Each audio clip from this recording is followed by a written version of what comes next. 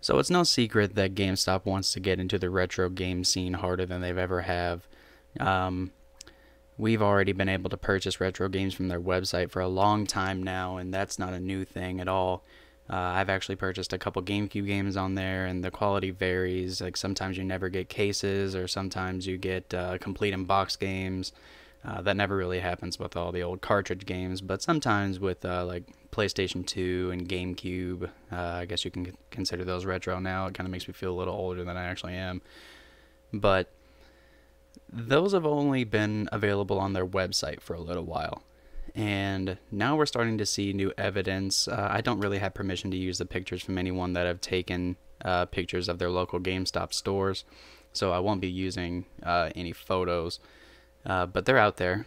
You can check out Spawnwave Media's video on on the GameStop retro racks that they have now alongside their current gen games.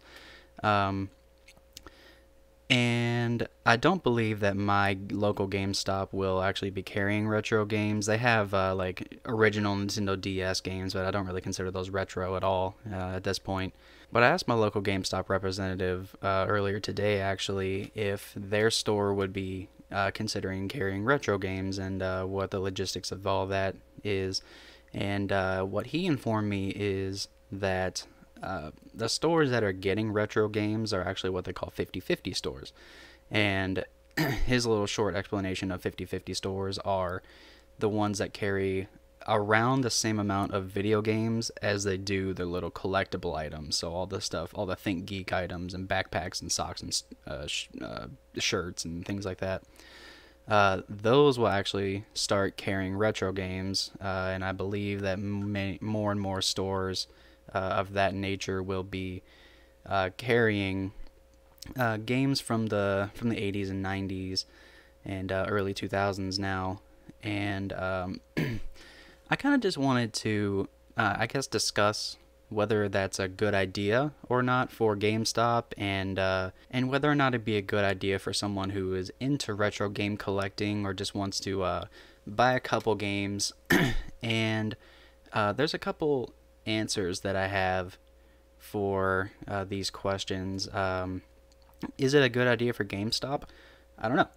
GameStop, as we all know, is kind of on the fence because they don't make any money anymore with the rise of digital games, and I think they made a little bit of a bad investment with buying ThinkGeek to an extent. I have a couple GameStop shirts, and I'm not ashamed of that either. The shirts are cool, but I think that having retro games in store is actually a really, really good idea.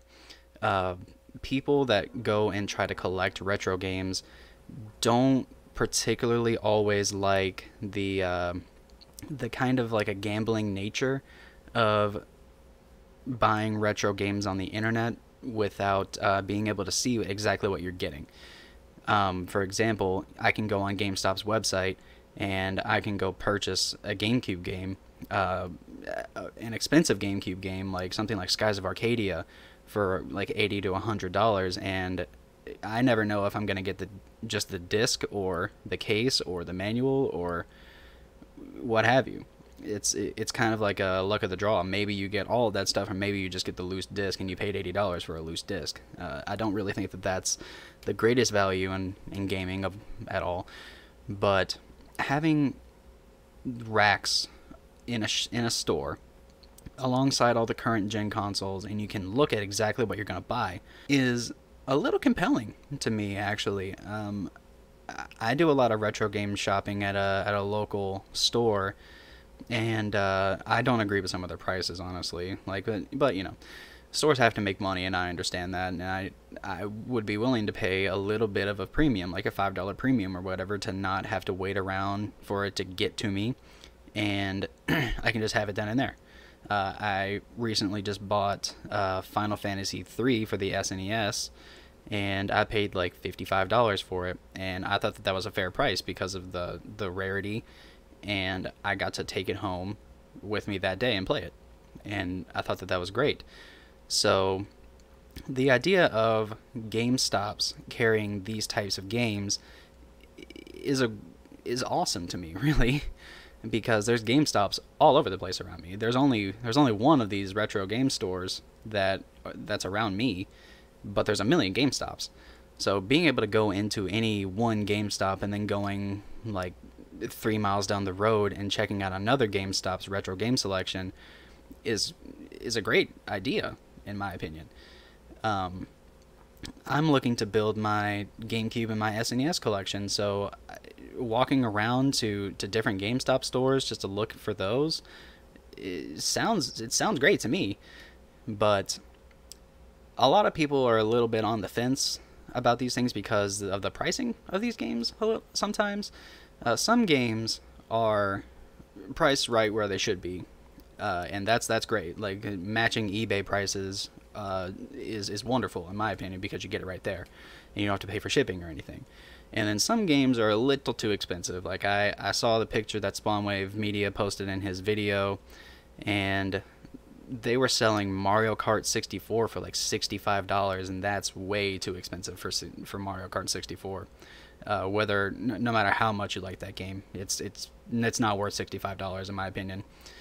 So it looks like the prices may vary in accurateness, but maybe someone really wants Mario Kart 64 and they will pay the $65 for it.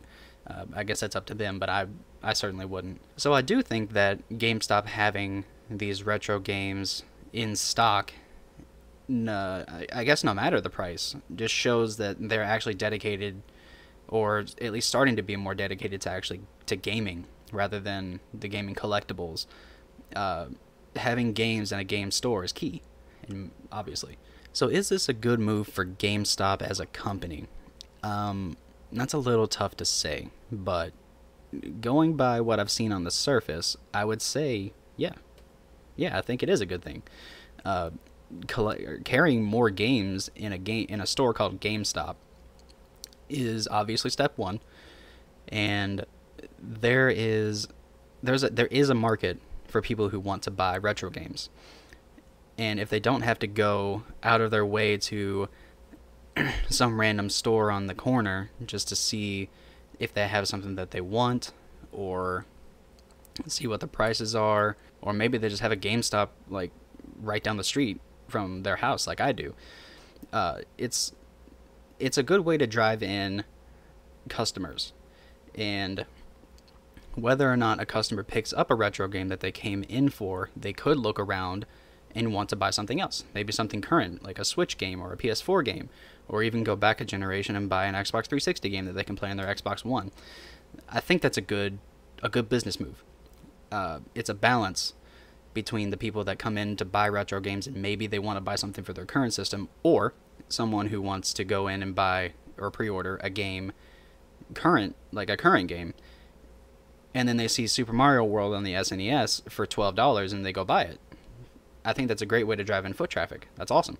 I don't know how much they actually pay customers to buy their retro games, and I don't know what the markup is for that. I don't know what the margin is on that, but essentially this is all free money because they don't have to buy it from wholesalers anymore like they do with current games. They buy those for like $55 and they might make $5 on a game, maybe.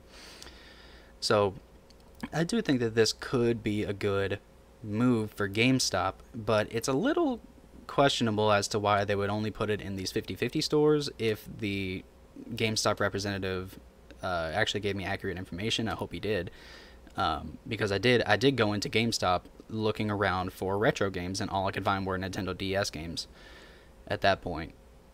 So he did tell me that more 50/50 stores will be getting retro games as far as he knows, and there's no information on whether the more game-centric stores would be getting retro games, and that doesn't really make a whole lot of sense to me.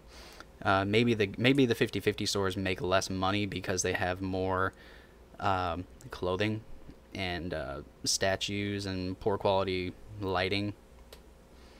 That's just a guess. But yeah, I do think that GameStop putting retro games on the shelf is a great idea. It would definitely drive me into a store, and I would most likely come out of there buying a couple games. So I guess leave me your thoughts down below in the comments, and tell me whether or not you would actually go into a GameStop if they started to carry retro games, because I know I would, and I know a lot of people would, but maybe you wouldn't. And if you like my thoughts, go ahead and give the video a like, and I guess dislike it if you didn't, and I'll see you on the next one.